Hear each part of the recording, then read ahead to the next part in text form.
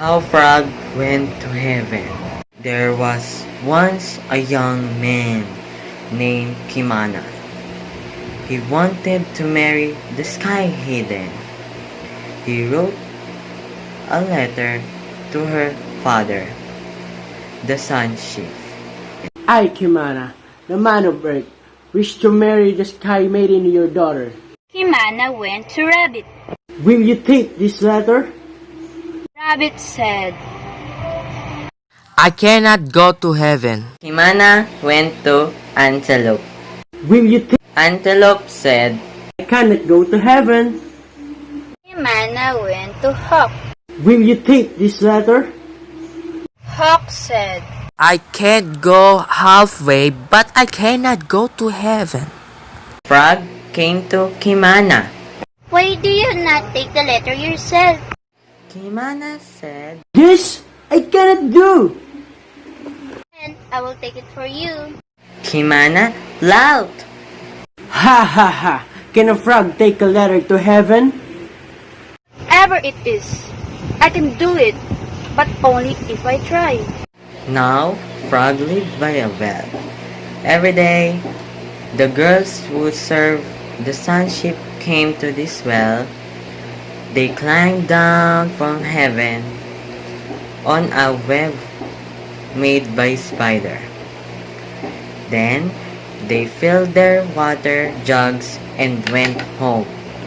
Frog put the letter in his mouth and hid in the well.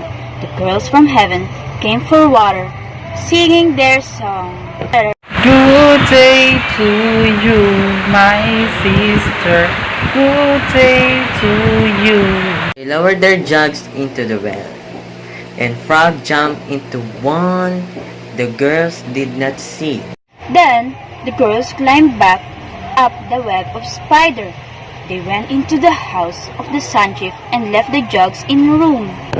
Frog was alone. He jumped out of the jug and spit the letter on the bench. Then he hid in a corner. The Sun Chief came for a drink of water. He saw the letter out on the bench. I, Kimana, a man of earth, wish to marry the Sky Maiden, your daughter. The Sun Chief said, How can this be? He went to the girls who fetched water. What should we do? The girls said, We did not. He went to his wife, the Moon Lady, and read it to her. What should we do? The Moon Lady said, Don't ask me. Ask your teacher. He went to his daughter, the Sky Maiden said, Let us see if we can bring a wedding gift. So the Sun Chief wrote a letter and sat in on the bench. Then he went away. Frog came out and put the letter in his mouth. Then he climbed into an empty jug. The next day, the girls took the jugs and climbed down to the earth, singing their song. Good day to you, my sister. Good day to you. They lowered their jugs into the well, and Frog jumped out. Then the girls went back to heaven. Frog took the letter to Kimana, and Kimana read it. You may marry my daughter if you bring a purse of money.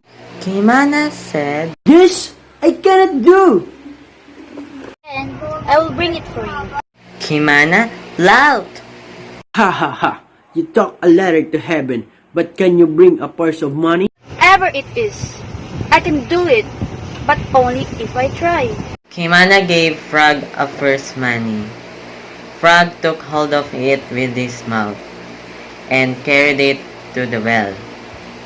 He climbed in and waited. The girls from heaven came to the well. Good day to you, my sister. Good day to you. Frog got into one of the jugs. The girls returned to heaven and left him in the room. Frog set the money on the bench. Then he hid. The Sun Chief came and found the purse. How can this be? He went to the girls. You bring this money? We did not. He went to his wife. The Moon Lady said, Don't ask me. Ask your teacher. He went to his daughter. The Sky Maiden said, Let's see if you can come fetch me. So the Sun Sheep wrote a letter and set it on the bench. Frog put the letter in his mouth. He climbed into an empty jug. The next day, the girl carried him to earth. Good day to you, my sister. Good day to you. He jumped back into the well, and the girls went back to heaven. Frog took the letter to Kimana, and Kimana read it. Kimana said, This I cannot do. Then I will fetch her for you. Kimana laughed. Ha ha ha ha. You took a letter to heaven, you brought a purse of money, but can you fetch a bride? Whatever it is, I can do it, but only if I try. Frog climbed back into the well. The girls came with their jugs. Good day to you, my sister. Good day to you. They carried him to heaven. Frog jumped out. He spit in all the jugs of water. Choo, choo. Then he hid in an empty jug. The people of the house came and drank the water. They all got sick. The Sun Sheep called for the spirit doctor. The doctor told him, You promised your daughter to a man of earth, but she has not gone. He has sent an evil spirit with a sickness. The spirit is in the shape of a frog. The Sun Chief went to his wife. The Moon Lady said, Don't ask me. Ask your teacher. he went to his daughter. The Sky Maiden said, I will go. the next day, the Sky Maiden went with the girls down to the well. Good day to you, my sister. Good day to you. The girls filled their jugs and Frog jumped out. Then the girls left the Sky Maiden and went home. Frog jumping out of the well. I will lead you to your husband. Can a frog lead a woman? I took a letter to heaven. I brought a purse of money. I fetched a bride, but it was.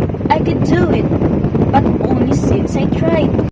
Then it is you I will marry. She took Frog back to heaven and married him. They live on, and Kimana is still waiting for his bride.